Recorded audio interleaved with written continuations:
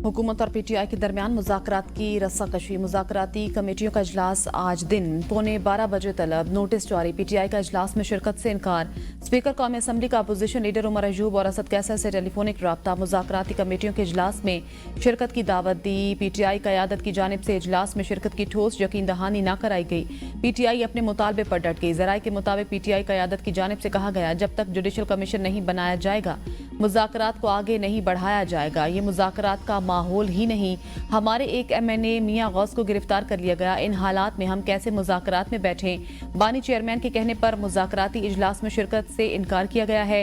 मुज़ाकराती committee इजलास की सदारत स्पीकर कौमी असम्बली सरदार अयाज सादिक करेंगे। इजलास पार्लियामेंट हाउस के कॉन्स्टिट्यूशन रूम में होगा। पीटीआई की अदम शिरकत पर हुकूमती कमेटी तहरीरी जवाब स्पीकर को जमा कराएगी। सियासी जमातों के राब्ते और मुज़ाकरात जमहूरियत की रूह हैं। वज़ीर आज़म शहबाज शरीफ की सेनेटर इरफान सिद्दीकी से गुफ्तगू। मुलाकात में इरफान सिद्दीकी ने वज़ीर आज़म को पीटीआई कमेटी से मुज़ाकरात की तफसील से आगाह किया। वज़ीर आज़म ने कहा, राब्तों से मसाइल हल करने के लिए मुश्तरका लाएअमल तैयार करने में मदद मिलती है। मुज़ाकरात से गुरेज गैर जमहूरी रवैया है। इससे कौमी यकजहती की फ़ज़ा को भी नुकसान पहुँचता है। मुल्क को हंगामों, महाजराई और तसादुम की नहीं, मुफाहमत और हमआहंगी की ज़रूरत है। मुल्क तरक्की कर रहा है और आलमी सतह पर वक़ार में इजाफा हो रहा है। किसी को गैर जमहूरी रवैयों से तामीर और तरक्की की राह में रुकावट नहीं डालने देंगे।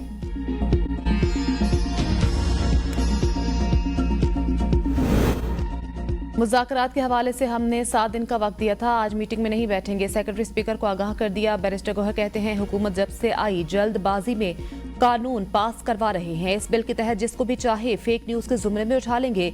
उमर अयूब ने कहा, 9 मई और 26 नवंबर के वाकयात पर कमीशन ना बनाने पर मुज़ाकरात से बाइकआउट किया। मुल्क में इस वक्त जमहूरियत नहीं, बॉर्डर पर हालात खराब, माशी हालत भी ठीक नहीं। 26वें आने तरमीम पर जजेस भी बोल रहे हैं। पीका एक्ट सहाफियों के गले का फंदा है। हुकूमत को चीफ इलेक्शन कमिश्नर के लिए नाम जल्द देंगे। स्पीकर कौमी असम्बली और चेयरमैन सेनेट को लिखे खत का कोई जवाब नहीं आया। हो सकता है वज़ीर आज़म को किसी की इजाजत दरकार हो।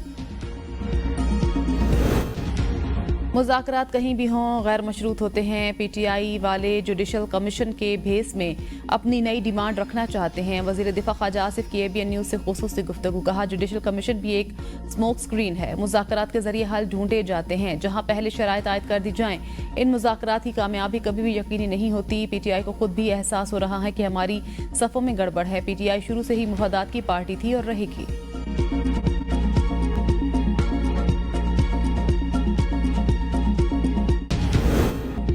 हुकूमत का जुडिशल कमीशन के हवाले से इरादा ही नहीं था। रहनुमा पीटीआई रऊफ हसन की ABN न्यूज़ के प्रोग्राम सवाल से आगे में गुफ्तगू। कहा, मौजूदा हुकूमत के पास कोई इख्तियार ही नहीं। जो हुकूमत एक मुलाकात तक नहीं करा सकी, उससे क्या तवक्को रखी जाएगी? मुज़ाकरात के लिए अच्छा माहौल फराहम करना हुकूमत की जिम्मेदारी थी। 31 जनवरी की डेडलाइन खत्म होने के बाद आगे का लाएअमल तय किया जाएगा।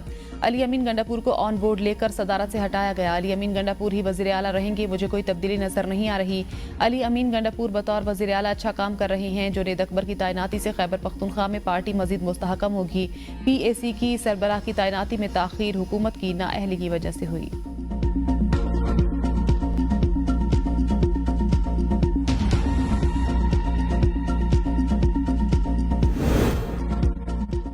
पीटीआई ने मुज़ाकराती अमल पर खुदकुश हमला किया। तारिक फजल चौधरी की ABN न्यूज़ के प्रोग्राम सवाल से आगे में गुफ्तगू। कहा, पीटीआई को फसाद और महाजराई से कुछ हासिल नहीं हुआ। सोशल मीडिया पर गालियां देने वालों को लगाम डालेंगे। बैरिस्टर अकील मलिक बोले, मुज़ाकरात को पीटीआई की तरफ से सबोताज किया जा रहा है। ये एस्टेब्लिशमेंट से मुज़ाकरात करना चाहते हैं, लेकिन वहां से जवाब आ गया, हम कल मुज़ाकराती कमेटियों के इजलास में जाएंगे। ये नहीं आएंगे तो मुज़ाकरात को सबोताज करने का मलबा इन्हीं पर गिरेगा। पीटीआई में पहले ही तफरीक पाई जाती थी। बानी पीटीआई को सजा हुई तो मामलात मंजर आम पर आए। अली अमीन गंडापुर से 26 नवंबर के हवाले से खैबर पख्तूनख्वा की सदारत ली गई। अली अमीन को बुशरा बीबी को अकेले छोड़ने पर सजा दी गई।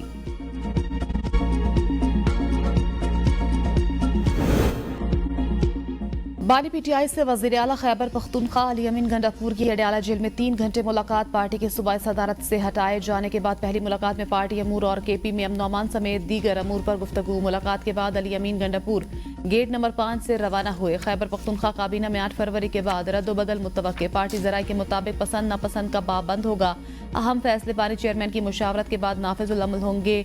कारकर्दगी की बुनियाद पर बानी पीटीआई से मुशावरत पर काबीना में तब्दीली होगी। कारकुनान को इज्जत देने वाले MPS को सामने लाया जाएगा। अपोजिशन लीडर कौमी असम्बली उमर अयूब की पीटीआई में इख्तलाफात की तरदीद।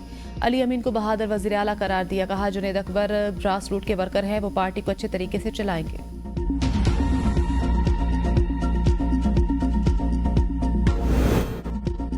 सुप्रीम कोर्ट की जजेस कमेटी और आईनी कमेटी ने अदालती हुक्म की खिलाफ वर्जी की। 2 रुकनी बेंच का फैसले में कहा गया कि बज़ाहिर दोनों कमेटियों के खिलाफ तौहीन अदालत की कार्रवाई हो सकती है, लेकिन अदालती तकाजों को देखते हुए ऐसा नहीं कर रहे। जस्टिस मंसूर अली शाह ने महफूज फैसला सुनाते हुए तौहीन अदालत कार्रवाई में मामला फुल कोर्ट के लिए चीफ जस्टिस को भेज दिया। फैसले में कहा गया कि जजेस की इंतजामी कमेटी किसी अदालत से केस वापस नहीं ले सकती। जजेस की इंतजामी कमेटी किसी अदालती हुक्म को खत्म करने का इख्तियार भी नहीं रखती।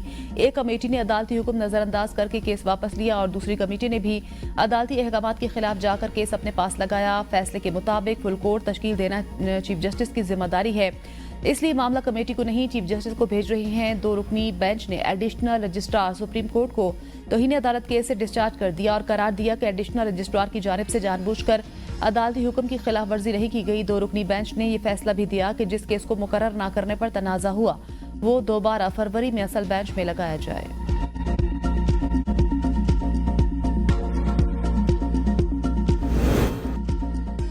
सुप्रीम कोर्ट में जस्टिस मंसूर अली शाह के तौहीन अदालत केस के फैसले की गूंज। 6 रुकनी बेंच ने जस्टिस मंसूर अली शाह के फैसले पर सवालात उठा दिए। जस्टिस जमाल मंदुखैल ने रिमार्क्स दिए, प्रोसीजर कमेटियों के खिलाफ तौहीन अदालत का फैसला सुनाने वाले जजों को नोटिस भेज सकते हैं, लेकिन ऐसा नहीं करेंगे। चीफ जस्टिस को तौहीन अदालत का मुर्तकिब कहकर उन्हें फुल कोर्ट बनाने का भी कहा गया है। क्या तौहीन के मुलजिम बनकर चीफ जस्टिस खुद बेंच बना सकते हैं?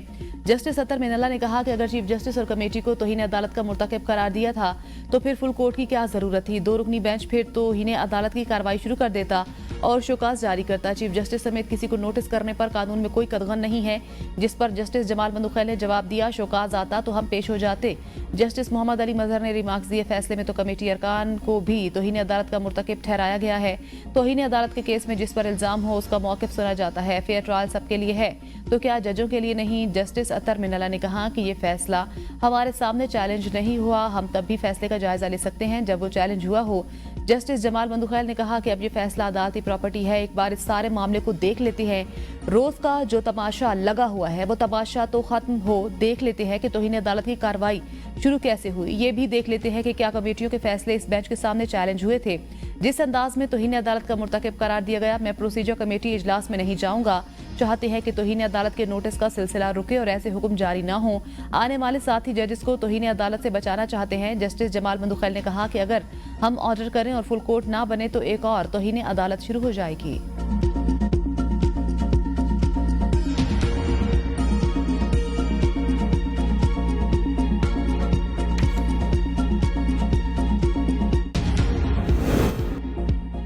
सुप्रीम कोर्ट ने 26वीं आईनी तरमीम के खिलाफ दरखास्तों पर वफाकी हुकूमत से जवाब तलब कर लिया। जस्टिस जमाल मंदुखैल ने रिमार्क्स दिए कि फुल कोर्ट बन गया तो फिर आप नया एतराज कर देंगे और कहेंगे आईनी बेंच वालों को अलग करें, जिस पर वकील फैसल सिद्दीकी ने कहा कि किसी जज पर एतराज नहीं कर रहे, हम तो कहते हैं तमाम जजेस बैठ कर सुने।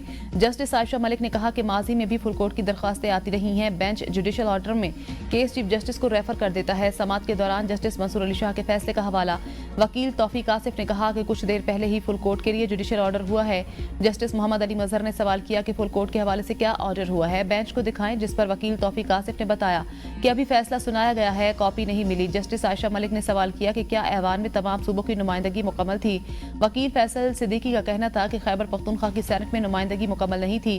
बैरिस्टर सलाहुद्दीन ने कहा कि आईनी तरमीम के वक्त अरकान ने असम्बली वोट देने में कितने आज़ाद थे, ये भी मद्देनजर रखना है। जस्टिस आयशा मलिक ने कहा कि मखसूस नशिस्तों वाले फैसले पर भी अमल दरामद नहीं हुआ। वकील शाहिद जमील ने कहा कि पार्लियामेंट के पास आईनी तरमीम का इख्तियार नहीं, क्योंकि ये अवाम की नुमाइंदा नहीं है। जिस पर जस्टिस मोहम्मद अली मजहर ने रिमार्क्स दिए कि क्या आप चाहते हैं पहले इलेक्शन केसेस के फैसलों का इंतजार करें फिर ये केस सुने? इस तरह तो ये केस काफी अरसा लटका रहेगा। सुप्रीम कोर्ट ने 26वीं आईनी तरमीम के खिलाफ दरखास्तों की समाअत 3 हफ्तों के लिए मुलतवी कर दी।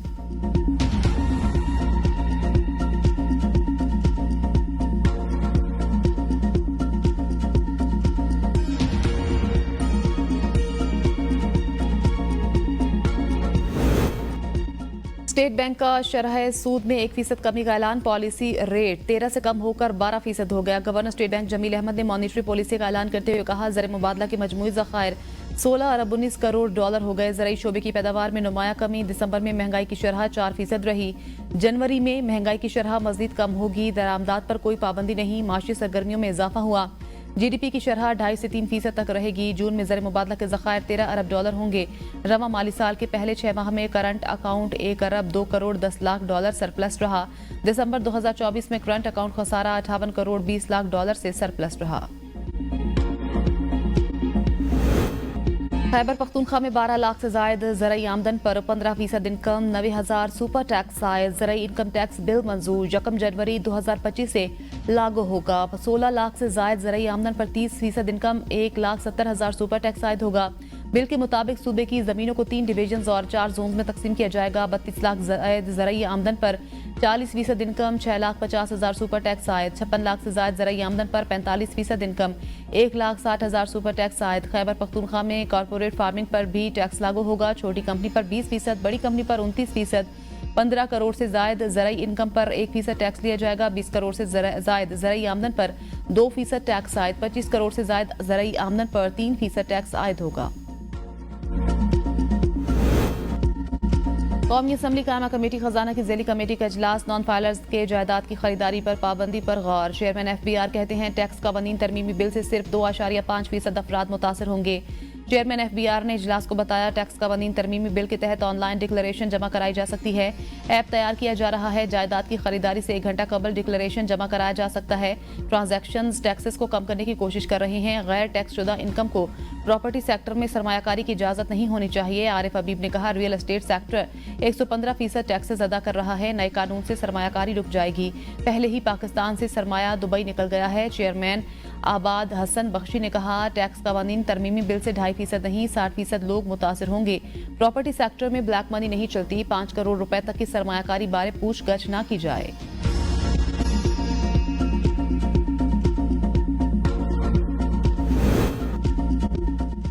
वज़ीर खजाना मोहम्मद औरंगजेब की ज़ेर सदारत काबीना की राइट साइजिंग कमेटी का इजलास, वजारतों और डिवीजन्स के राइट साइजिंग के अमल का जायजा लिया। एस्टेब्लिशमेंट डिवीजन ने ब्रीफिंग देते हुए बताया 29 वजारतों और एक आईनी इदारे ने 11,877 की पोस्टें खत्म की। मजीद 5,695 आसामियों के खात्मे का अमल जारी है। राइट साइजिंग इकदाम के तहत मजीद 15,000 आसामियाँ खत्म करने की मनसूबाबंदी है। इजलास में वजारत रेलवे ने राइट साइजिंग इकदाम का तफसीली जायजा भी कमेटी के सामने पेश किया। वजारत रेलवे में 95,859 मंजूर शुदा आसामियों में से 17,000 पहले ही खत्म की जा चुकी हैं। पाकिस्तान को पांव पर खड़ा करने के लिए दिन रात काविशें कर रहे हैं। बिजली की कीमतों में कमी के बगैर इंडस्ट्री तरक्की नहीं कर सकती। वज़ीर आज़म शहबाज शरीफ का तकरीब से खिताब, कहा बिजली की कीमतों में कमी लाएंगे। हमारा IMF के साथ यह आखिरी प्रोग्राम होगा। मुल्क की मईशत की बेहतरी के लिए इकदाम किए जा रहे हैं। पाकिस्तान में बैनुल-अक़वामी सरमायाकारी हो रही है। मुल्क में महंगाई की शरह में कमी आई है। हमारे मुल्क की एक्सपोर्ट बढ़ रही है। हुकूमती अखराजात कम करने के लिए भी इकदाम उठा रहे हैं। वज़ीर आज़म का स्टेट बैंक की जानिब से पॉलिसी रेट में 1% कमी का खैर मकदम।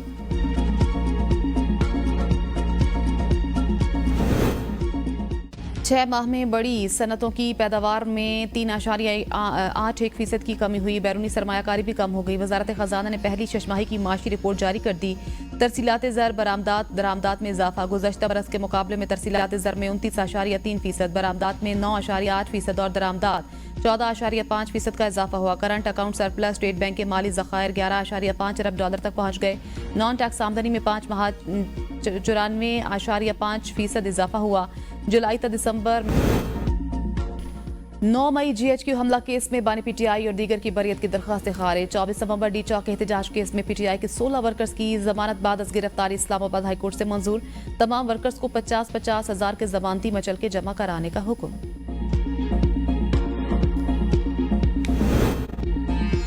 पीका एक्ट आज सेनेट में पेश किया जाएगा। सेनेट का इजलास सुबह 11:30 बजे तलब। इजलास का 14 निकाती एजेंडा जारी कर दिया गया। इजलास में पीका तरमीमी bill, digital nation Pakistan bill 2025 की मंजूरी शामिल।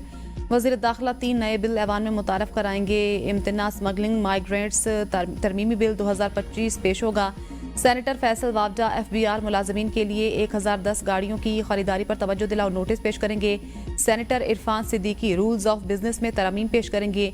सेनेट की कायमा कमेटी दाखिला और कौमी असम्बली पहले हैं। पीका तरमीमी बिल की मंजूरी दे चुके हैं। पीका एक्ट के तहत फेक न्यूज़ पर सजा 3 साल, जुर्माना 20 लाख रुपए तक हो सकेगा। Social media protection and regulatory authority कायम की जाएगी। पीका एक्ट की खिलाफ वर्जी पर अथॉरिटी सोशल मीडिया प्लेटफॉर्म के खिलाफ तादीबी कार्रवाई की मजाज होगी। अथॉरिटी मुतल्लिका इदारों को सोशल मीडिया से गैर कानूनी मवाद हटाने की हिदायत जारी करने की मजाज होगी। सोशल मीडिया पर गैर कानूनी सरगर्मियों पर फर्द 24 घंटे में दरखास्त देने का पाबंद होगा। गैर कानूनी ऑनलाइन मवाद की तारीफ में इस्लाम मुखालिफ, पाकिस्तान की सलामती या दिफा के खिलाफ मवाद शामिल होगा। सेनेट इजलास में पीका तरमीमी बिल पर पीटीआई और सहाफियों का एहतजाज। ऐवान से वॉकआउट। बैरिस्टर अली जफर कहते हैं पीका कानून में की गई तरमीमी आइन की खिलाफ वर्जी है। एक्ट में फेक न्यूज़ की कोई तशरीह नहीं की गई। सेनेट इजलास में पॉइंट ऑफ ऑर्डर पर बोलने पर सेनेटर अली जफर को बात करने से रोकने के खिलाफ पीटीआई का शदीद एहतजाज। ऐवान मछली मंडी का मंजर पेश करने लगा, जिसके बाद पीटीआई के अरकान वॉकआउट कर गए। सदर PFUJ अफजल भट्ट ने हंगामी प्रेस कॉन्फ्रेंस करते हुए कहा, हम पीका के काले कानून को यकसर मुस्तरद करते हैं। हुकूमत समझती है धौंस धांधी के जरिए मीडिया को बिलडोज कर लेगी। तवील मुशावरत के बाद फैसला किया है, आज से आज़ादी सहाफत की तहरीक का आगाज करेंगे। हुकूमत समझती है कि धौंस धांधी के जरिए मीडिया को बिलडोज कर लेगी। वज़ीर-ए-आज़म की इंसानी स्मगलिंग के कसूरवार इश्तिहारी मुजरिमान के रेड वारंट जारी करने की हिदायत। इंसानी स्मगलिंग के सद्देबाब के लिए तश्कील करदा टास्क फोर्स के पहले इजलास से खिताब में वज़ीर-ए-आज़म ने कहा, कानूनी फ्रेमवर्क को मज़ीद मौसर बनाने के लिए वजारत दाखिला वजारत कानून और इंसाफ से ताउन करे। फेडरल प्रोसिक्यूशन एक्ट 2023 पर अमल दरामद तेज किया जाए। वज़ीर-ए-आज़म की FIA को बैरून मुल्क इंसानी स्मगलर्स की जल्द अज जल्द हवालगी के लिए इकदाम उठाने की हिदायत। वज़ीर-ए-आज़म की इंसानी स्मगलिंग के सद्देबाब के लिए कानूनी फ्रेमवर्क को मज़ीद मजबूत बनाने का भी हुक्म।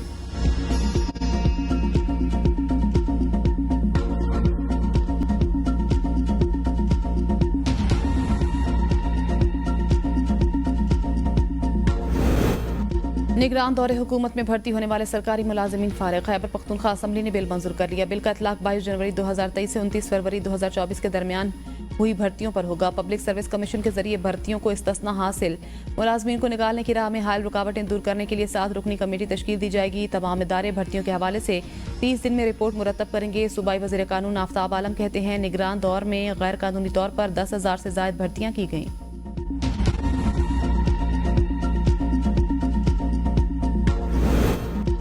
वज़ीर आला पंजाब मरियम नवाज से चीन के BGI ग्रुप के चेयरमैन वांग जियान की मुलाकात। कैंसर के इलाज और जदीद जीनियाती तहकीक के लिए दौरा चीन में होने वाले MOU पर पेशरफ्त से मुतल्लिक तबादला ख्याल। पंजाब में जेनेटिक साइंस और बायोलॉजिकल बैंक का सेंटर ऑफ एक्सीलेंस कायम करने का जायजा। नवाज शरीफ कैंसर अस्पताल में जेन स्कैनसिंग यूनिट कायम करने पर इत्तेफाक। मुलाकात में चीनी वफ्द की बहावलपुर के सहराई इलाके में चावल और मकई की काश्त के लिए पायलट प्रोजेक्ट की पेशकश। वज़ीर आला ने चीनी ग्रुप की पेशकश का खैर मकदम करते हुए सूबाई वज़ीर ज़राअत को फोकल पर्सन मुकर्रर कर दिया। चीनी इदारे के ताउन से कपास की पैदावार में 15% तक इजाफे के लिए GMO कॉटन की काश्त पर भी इत्तेफाक। मैंने ये बात बहस मजाक में कही थी कि मरियम सिंह को दे दे और मुराद अली शाह पंजाब को दे दे। ये कतई तौर पे किसी बल्दियाती कारकर्दगी के हवाले से नहीं कही, इसलिए कि मरियम कौन सा वहां कारकर्दगी के झंडे गाड़ रही है।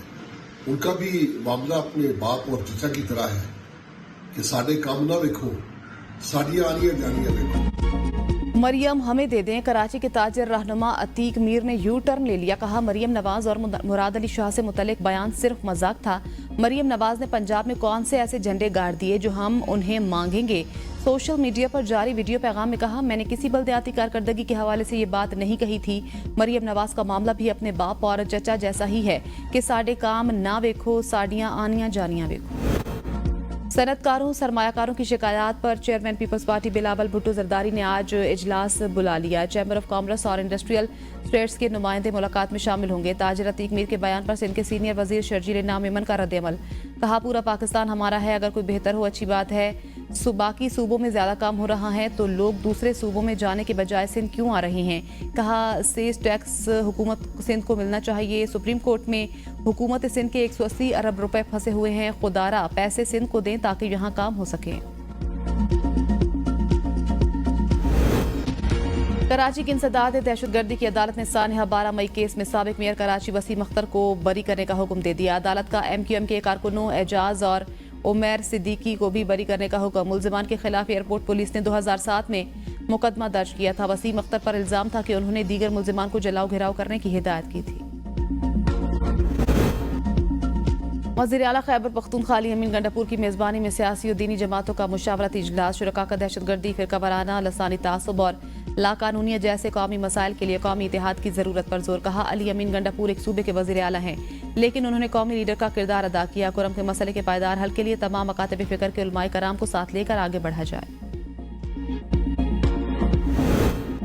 बानी पीटीआई ने सूबाई सदारत से हटाकर अली अमीन को वफाकी इकाइयों को कमजोर करने की वफादारी का इनाम दिया। पंजाब की सीनियर वजीर मरियम औरंगजेब का बयान, कहा बानी पीटीआई की फितरत में किसी के साथ वफादारी है ही नहीं। एक सूबे के वजीर आला को दूसरे सूबे पर चढ़ाई करने का हुक्म देकर इस्तेमाल करके फारिग कर दिया। जिसने जितनी बड़ी कुर्बानी दी, बानी ने उससे इतनी ही बड़ी एहसान फरामोशी की। पीटीआई पंजाब का 8 फरवरी को मीनार पाकिस्तान पर जलसा करने का फैसला। जराये के मुताबिक आलिया हमजा डीसी लाहौर को इजाजतनामा हासिल करने के लिए दरख्वास्त देंगी। इंतजामिया के इनकार की सूरत में अदालत से रिजू किया जाएगा।